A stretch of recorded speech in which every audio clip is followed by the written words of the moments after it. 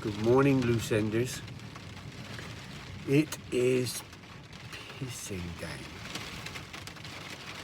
I thought we had summer. Yesterday was quite nice, but today, absolutely pissing down. I don't know if you can hear the wind and the rain. I'm not even getting out the van. Morning, loose enders. It's very frosty today, this morning. You have a few nice days and you get an icy morning. You go, whoa, what happened there then? Summer's gone. Where I walk my dogs, like not far from my house, it's their emergency walk type thing. And I see there's a van been towed here and left on the side of the road. And it's just sort of like been abandoned. And it makes you think of one of two things. Someone's broke down, they can't afford to put it in the garage. They've towed it instead of parking it at their house, or maybe they live too far away. They've towed it to a quiet spot and left it till they can decide what to do with it. You know, get it to the garage or whatever. And of course, the other thought is somebody's nicked it. I'm guessing it's towed here because there's sort of like a rope of some sort slung under the front of it. So it's cold. My hands are freezing. And so I'm thinking it's probably genuine, but quite often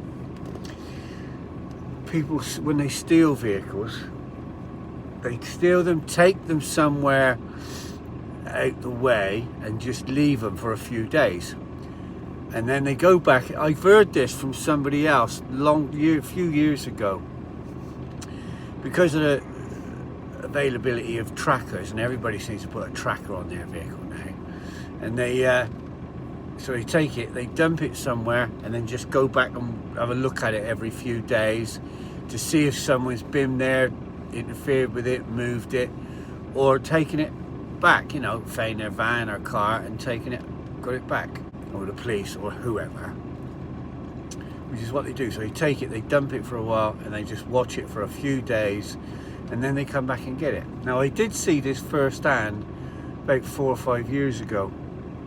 Another place I go dog walking, and I was going there regular for maybe a couple of weeks, every couple of days, you know, and there was a car parked there, and then it was there the next day, and then the next day, and then, you know, and so it was there maybe 10 days, and then just by chance I was parked near it, and like a breakdown truck, although not AA or anything. But a guy comes along with a towing truck, Irish accent, and he had a young lad with him, Irish accent, and they had the haircut, so you know they're travellers, right?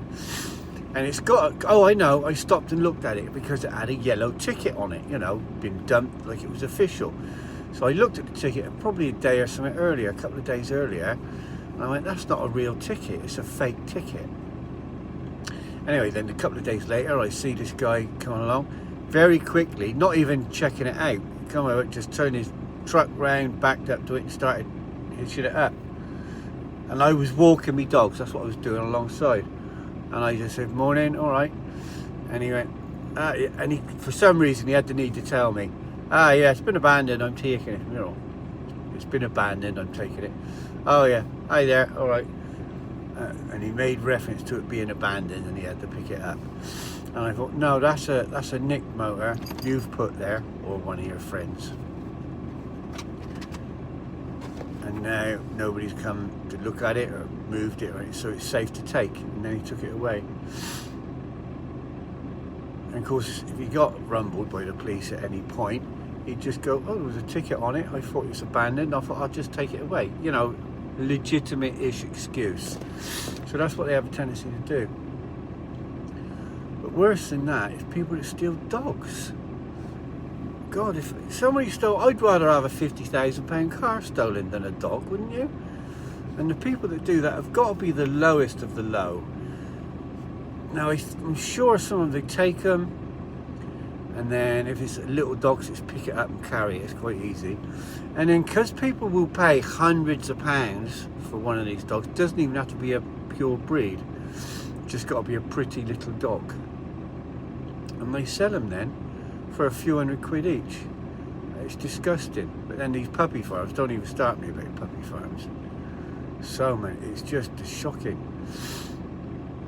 More people should do something about it. They should have official licenses and get spot checks regular, and you can shut them down in a blink of an eye if the animals aren't being looked after properly. And regular visits by vets. I don't know how you do it really. Morning, loose enders.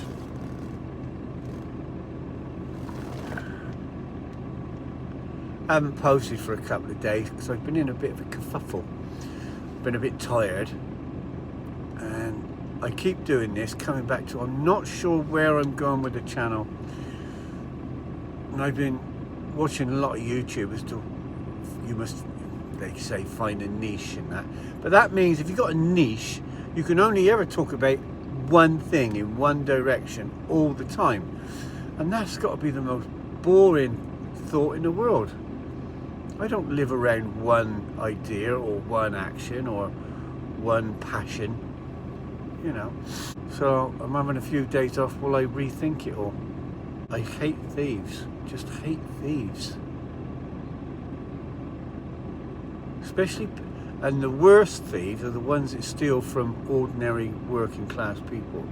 People without very much, or people that work really hard to get things, and then you steal it. Oh, the insurance pays for it. Yeah, well, so then we all pay for it, don't we? Through insurance, because they have to, premiums go up because people are stealing cars and vans or whatever. And camper vans, I wouldn't want a fancy camper van because it would be a target. I'm quite happy with my old beat up van. No one's going to ever steal this. If anything, they get in it and go, oh, poor bastard, leave me a fiver probably. So rarely leave my dogs alone for any length of time when we're out and about. They pretty much go everywhere I go. But you can't even put your dogs in your garden now. Somebody will walk by and go, oh, and if it's a small dog, they'll pick it up and go. And the thought of your dog going, and then if it's intact, so to speak, and they use it for breeding, bitches usually, you know, because they can breed it with another stolen dog, produce 10 puppies, get £1,000 each for the puppies. That's a big business, isn't it?